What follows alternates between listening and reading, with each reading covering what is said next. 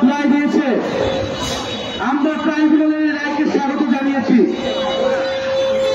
কিন্তু আমরা আজকে রাজপথে নেমেছি যে এই রায় যাতে অবিলম্বে অতি দ্রুততার সহিত কার্যকর করা হয়, কারণ রায় কার্যকরের মধ্য দিয়ে বাংলাদেশের মানুষ ইনসাফ পাবে।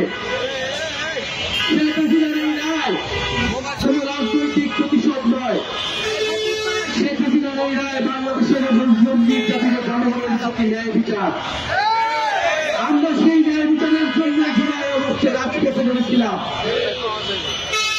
ফলে শেখ হাসিনাকে দেশে ফিরিয়ে আনতে যত ধরনের কূটনৈতিক রাজনৈতিক তৎপরতা করা প্রয়োজন, এই অন্তর্বর্তী সরকার শুরু করবে বলে আমরা আশা করছি। আমরা দেখতে পাচ্ছি যে নির্বাচনকে সামনে রেখে রাজনৈতিক দলগুলো নানা ধরনের তৎপরতা শুরু হয়েছে।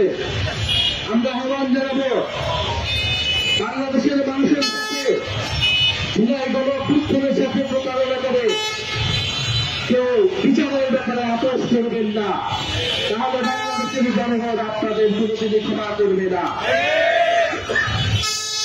আমরা আজকে সুস্পষ্টভাবে তিনটি দাবি নিয়ে রাজপথে নেমেছি। প্রথমত, শেখ হাসিনাকে দেশে ফিরিয়ে এনে দ্রুত রায় কার্যকর করতে হবে।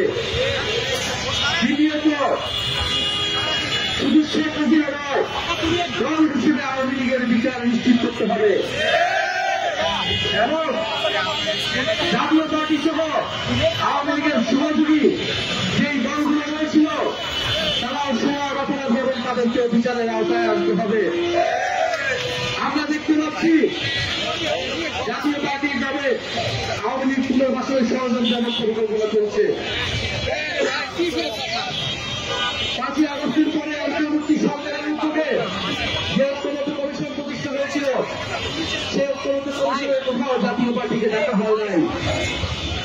নির্বাচন কমিশনের সংলাপে জাতীয় পার্টি এবং চতুর্দলকে কোথাও ডাকা হয় নাই। তাহলে কোন বেসিসে তারা নির্বাচনে অংশগ্রহণ করবে? জুলাই সনদের কোথাও জাতীয় পার্টিকে ডাকা হয় নাই, কিন্তু নির্বাচনে জাতীয় পার্টিকে ডাকা হবে। এটা একটা চক্রান্ত এবং ষড়যন্ত্র।